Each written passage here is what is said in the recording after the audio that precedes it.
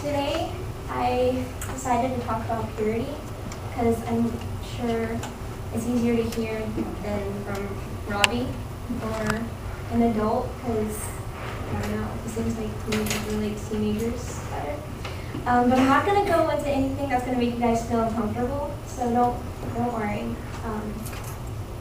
So like, being pure to a lot of people, it means to wait till you're married and have sex.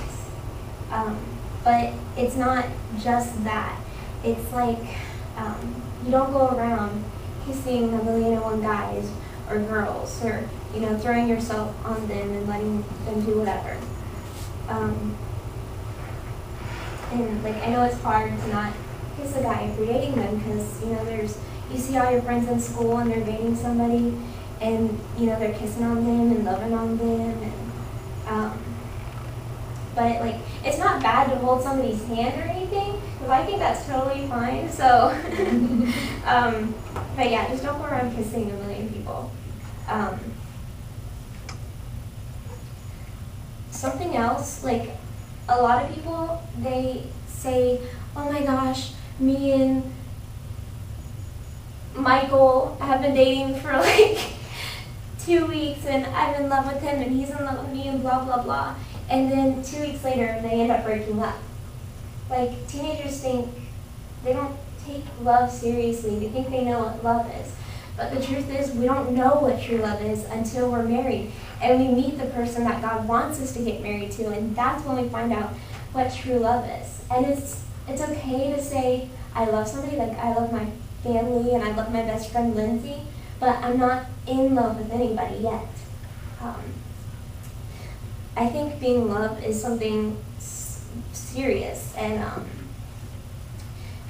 lot of teenagers try to make their relationship with somebody serious, and I think that we should be having fun and not making things serious. Like, we won't have time to be serious with somebody when we're adults, but right now we just need to have fun and, with our friends, or soccer practice, or basketball, or whatever you do. But like Solomon 2:7, I believe, says, do not arouse or awaken love until it so desires. That means don't go looking for, like, chasing after love right now. When God's ready for you to be in love, He'll let it happen. Like, you can't force it to happen. You have to let God do that. Another thing is sex. There's like so many temptations. Like, a lot of movies that I see, there's people doing that, and they make it seem okay. Like, what's that show? 16 and Pregnant. Like, I feel like they make it seem like it's okay to have a baby when you're 16. But my dad says I'm still a baby, because we are still babies. We're not adults yet. We haven't really fully matured. So those girls are babies having babies, and that's wrong. It's bad. We shouldn't be doing that. It's not okay. And like, I know people at school, or whatever you do after school, they're probably getting involved in that, and it can totally ruin their lives. And like, God, you need to wait for the one that you need to marry, because like, if you don't wait, you'll blow that chance for that person that God wants you to be with. And and if you wait, like, God will bring that person with like all the qualities that you want in a husband or a wife. They'll have everything that you wanted.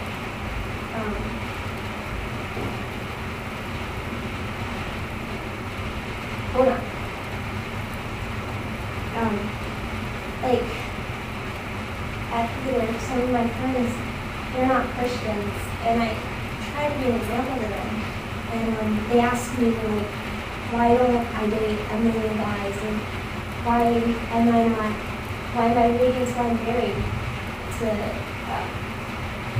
have sex? And I tell them, like, if I do all these things, if I go kiss 1,000,000 guys, and I go and hold their hands, hold their hands and hug them and just love on them, what what will I have to do with my husband? There will be nothing new to experience with my husband. And there's an example that I wanted to show you guys, that when I went on a thing called Passport Purity with my mom, she showed me this example, and I thought it was like really cool. So can I have a trash can? And the water? Okay. Wow, that's a lot of water.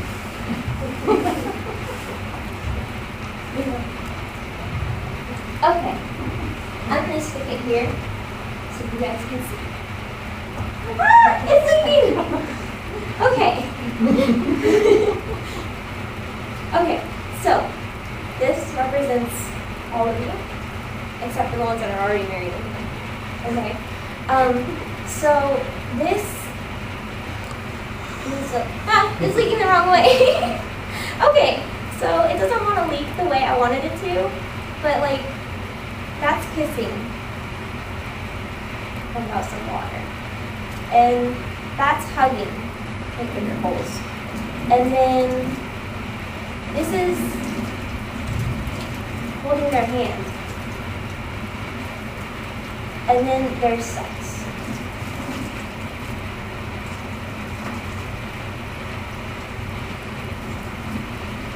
Sorry, Rob, you make your bucket all watery. There has to be nothing in here in order for my example to work. Okay, so there's not there. There's nothing left in this little baggie. What you had to give, whatever, all my water's gone. It's empty. So if you do all these things with someone you're not supposed to be with, you're going to be like this guy. You're going to be totally empty. You're not going to have anything to give them. So that's why, being pure is so important, because it's not something bad, but if you have sex before you're married, then it's bad. Because God made it for a husband and a wife, and it's good, but, it's for a husband and a wife.